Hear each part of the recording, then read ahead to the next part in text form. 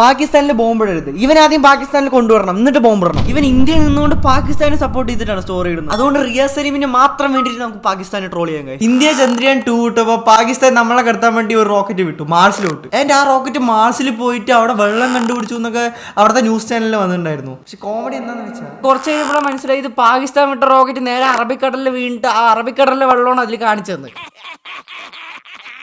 പാകിസ്ഥാനിൽ ഒരു സൈഡിൽ അവിടെയുള്ള ആളുകൾ അവരുടെ നാട്ടിലുള്ള ഡ്രോൺ തന്നെ എറിഞ്ഞു വീഴ്ത്തിയിട്ട് പിടിച്ചിടിക്കുന്ന ഇന്ത്യ എന്ന ഡ്രോൺ ആണെന്ന് പറഞ്ഞു. നാട്ടിലുള്ള ആളുകൾ ഇങ്ങനെ അവിടുത്തെ ഗവൺമെന്റ് ആണെങ്കിൽ അവരുടെ ഒഫീഷ്യൽ പേജിൽ ഞങ്ങൾ ഇന്ത്യൻ എയർക്രാഫ്റ്റിനെ അടിച്ചിട്ടു എന്ന് പറഞ്ഞിട്ട് ഈ വീഡിയോ ഷെയർ ചെയ്തിരിക്കുക. പക്ഷെ കോമഡി എന്താന്ന് വെച്ചാൽ ഇത് ഏറെന്ന് പറഞ്ഞ ഗെയിമിലെ ഫുട്ടേജ് ആണ്. ഇവന്മാർ ആ കട്ട്സീൻ ഡൗൺലോഡ് ചെയ്തിട്ട് ഇവന്മാരുടെ ഒഫീഷ്യൽ ഗവൺമെന്റ് ഹാൻഡിൽ പബ്ലിഷ് ചെയ്തിരിക്കുക.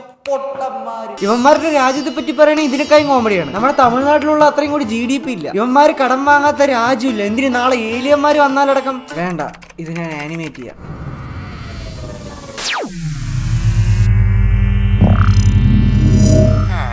ഏലിയൻ ബോയ് അസ്സലാമലൈക്കും. നമ്മുടെ നാട് ഭയങ്കര കഷ്ടത്തിലാണ് പോയിക്കൊണ്ടിരിക്കുന്നത്. ഒരു 500 കോടി കയ്യിലുണ്ടാവോ ഏലിയൻ ബോയ്? നമ്മൾ 10 കൊല്ലത്തിനുള്ളിൽ 10 ഇരട്ടിയാക്കി തരാം.